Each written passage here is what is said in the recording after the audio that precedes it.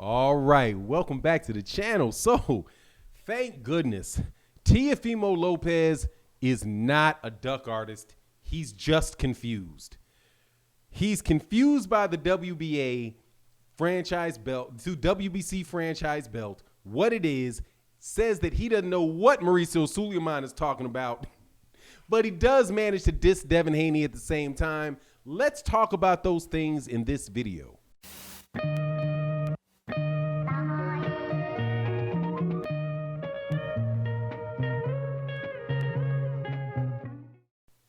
All right, welcome back to the channel. So, there is a saying, if they knew better, they do better. If they knew better, they do better, which means that, hey, if you take the time to explain to somebody what it is that they're doing that is wrong, or what they're doing that is unfair to you or unfair to other people, that, hey, if they just knew better, then they would do better, right? Sometimes people just don't know, and that's why they behave and they do the things that they do. So education is essential. In this case, I do believe that's the case with Teofimo Lopez, because I listened to Teofimo Lopez during an Instagram interview, and it was very clear he did not know what he was talking about. So I was like, wow, thank God. Thank you. Thank you. This means that that Teofimo Lopez might not be a duck. He just really doesn't understand the paperwork. But let's go through it. He does, however, still discredit the idea of fighting Devin Haney. But maybe if he knew what the WBC franchise belt actually was, maybe he would do right. You know what I mean? If he knew right, maybe he would do right. So let's talk about what he thinks, and let's talk about what actually is. So, Teofimo Lopez said in this Instagram interview, forgive me for not remembering the name of the Instagram channel. I'm still getting used to Instagram, just getting used to it. And he says, look, the WBC franchise belt is something that I won in the ring, right? And he said that, hey, it's up for grabs the next fight that I have. That's what he said. He also said that he didn't request the franchise belt, that the franchise belt was just given to him, and that what the WBC should do is just make it like the super belt, right? Just say it's the WBC super belt and call it a day, so we don't have all this confusion. All right, well, you're clearly confused, Tio, so let's just walk it back and tell you what the WBC franchise belt is, and also let you guys know that everybody that keeps comparing this to the WBA Super, you're wrong. This is not like the WBC Super. People keep saying things like, people keep telling me rules that exist in boxing where I can find counter examples to that rule that tell you that that is not a rule. So, first of all, making the Teofimo, that is not the WBA Super Belt, okay? The WBA Super Belt, you literally do, if you are fighting for the WBA Super Belt, you become the WBA Super Champion. That's just the case. The only times that I've seen when that wasn't the case was where people like Alberto Machado beat Giselle Corrales, but Giselle Corrales lost his belt on the scale, so therefore the Super was not available, so they wind up fighting for the regular. And then when the WBA, for whatever reason, decides that the WBA Super is cool for Gervonta and I think it was Cuellar to fight each other, then they put the WBA Super on the line. But guess what? If Cuellar would have beaten Davis, Cuellar would have been the WBA Super Champion. That belt is actually passed in the ring, just like when there was no request made by Andy Ruiz to fight for the WBA Super Championship, and he became the WBA Super as soon as he beat Anthony Joshua. And Anthony Joshua became the WBA Super when he won the rematch against Andy Ruiz. That's how the WBA works practically. Okay, that's how we see it work. Now, something I just got to say. People keep saying that the WBA Super does not have mandatories. I have no idea where people get that from. None. Because I constantly see WBA fighters who have the WBA Super having mandatories.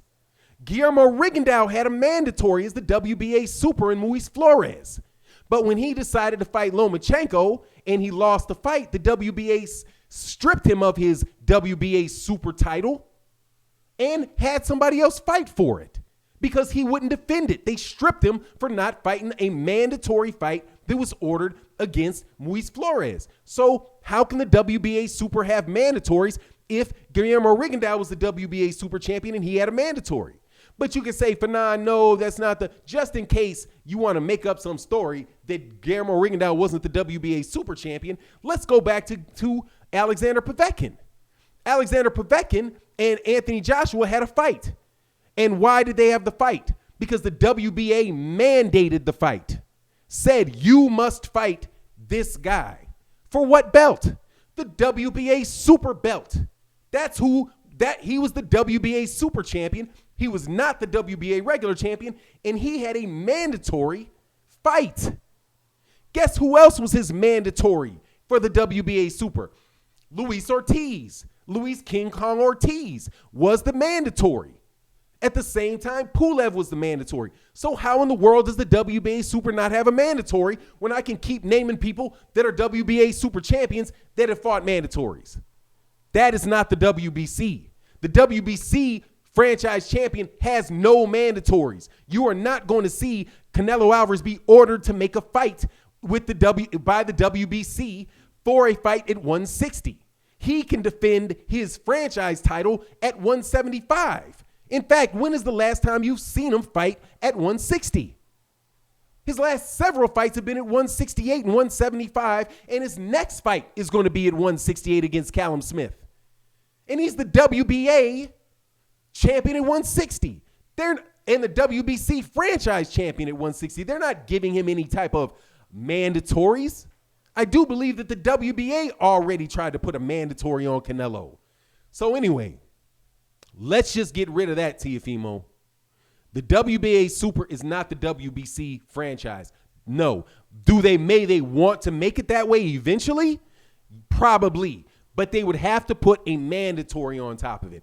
Now, that is the WBA franchise. It is a duck belt. It is a belt that you got. The number one benefit of that is that you don't have to fight Devin Haney. It is a duck belt. It is not the WBC belt. And Teofimo, you most definitely asked for that. Now, this is the second time that somebody that has the WBC franchise belt at 135 has said that they didn't ask for that, right? Both guys that have had it at 135 now says that they didn't ask for it, right? Lomachenko said he didn't ask for it, and Teofimo Lopez is saying he didn't ask for it. So who do you think asked for it? If they're telling the truth, which I don't have any reason to believe that Teofimo Lopez wouldn't be telling the truth, because Teofimo Lopez is fighting. How much time in the day does he have to go through that stuff? Do you think he's reading the paperwork? No, he's trusting Bob Arum to do his job. And Bob Arum decided to have him fight for the franchise belt so he could duck Devin Haney. And that's just what it is. So, like I said in the beginning of the video, if you knew better, you do better. So now you know better. The WBC franchise belt is nothing like the WBA Super, not that I can see anyway. Also, you asked for it.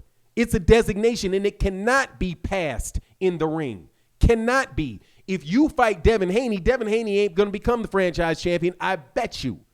If you fight and lose to, I don't know, if you rematch Richard Comey and lose, Richard Comey ain't becoming the WBC franchise champion. They're just going to leave it alone. What does the franchise champion mean? It means it's a fighter that the promoter is willing to pay a sanctioning fee for every time, right? That's the practical effect of the franchise belt.